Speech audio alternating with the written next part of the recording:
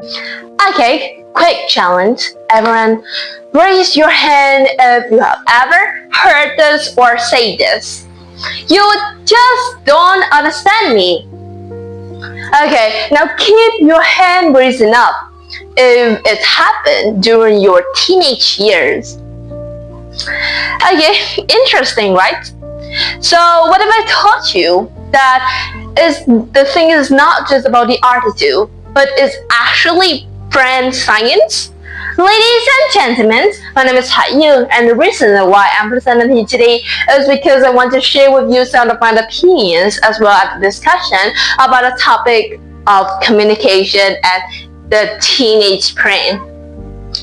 Okay, so first of all, let me tell you a story. When I was younger, I used to argue with my parents a lot. Like, even other some small things, like hanging out with my friends. They think that, well, maybe I would get some kind of safety risk or things like that. And I just think that, wow, they just don't get me. I am mature already. Well, actually I'm not. Okay, and at that time it felt really huge for me. Maybe I feel really angry, I feel really sad. I think that my parents are just not understand and believe me enough. Okay, but then when I think back from this moment, I just realized that it's not just because things like about the rules, but it's also about that our thinking was really different. My parents was focused about things like safety, about the consequences, and mine is just thinking about things like emotion, feeling, freedoms, and like the moment. And that gap is created the conflict between me and my parents. Okay, so through the story is what led into the point number one that I want to tell you now, is that the teenage brain is not fully like developed. It is still under construction. Yay, we might know that teenagers are still in a period that their mind, the mindsets, the brain are still developing. So some kind of like prefrontal cortex, like decision makings or the control, that's the control over the actions, is not fully mature. And otherwise, meanwhile, the kind of like feeling, the emotion, thinking or something like that is very, very active. So I would think it's like an example, like teenagers know that yelling at other person is not good, is wrong, and we shouldn't do that. Like avoid doing that. But at some moment, in a moment, they just let the emotion take over faster than logic, and they yell at the person. So through the example, we could see that although that the prefrontal cortex, like decision making or some kind of logic in teenagers have some kind of developed better than when they were babies, but they are still developing. They're not have already fully developed. So sometimes they may take the emotion over the actions more.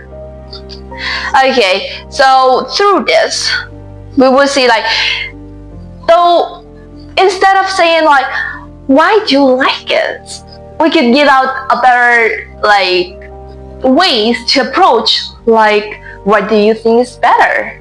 Okay, it's what led into a better conversation between teenagers and maybe the parents. Okay, at a symbol first.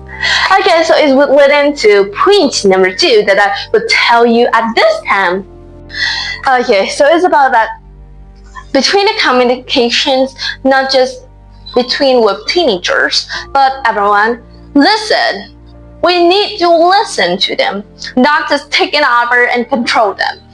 Everyone, not just teenager, and teenager is especially, don't want to be controlled over something. They want to be listened. They want to be respected in both two ways. Not just like, they don't want to be the babies to listen to everything that the adult or the parent told them or the other person told them to do. They want to be seen as a partners. So when they're feeling that they are, wow, I'm being hurt, I'm being listened, they would open up more. They will respect the other person's opinions more because they realize the value of respect the opinions of other people, because they are getting the respect that. So they would give out the respect to other person, give out the respect to the person that they are talking to. And this would lead to the better and friendlier communication between teenagers and other persons.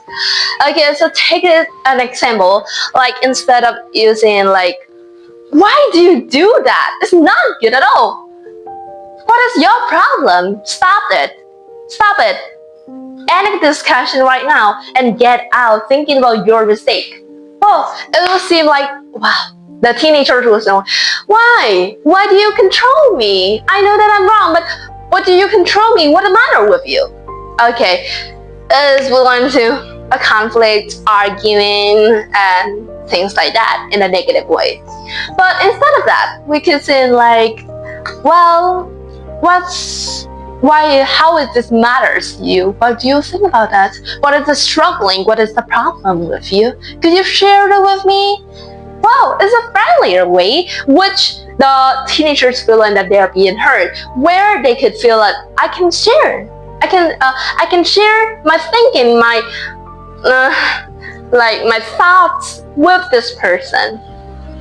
And at that time, the communication, the conversation between teenagers and other person being really getting improved better, because at that time the communication comes in two ways, not one way anymore, and it turned out to be a perfect communication.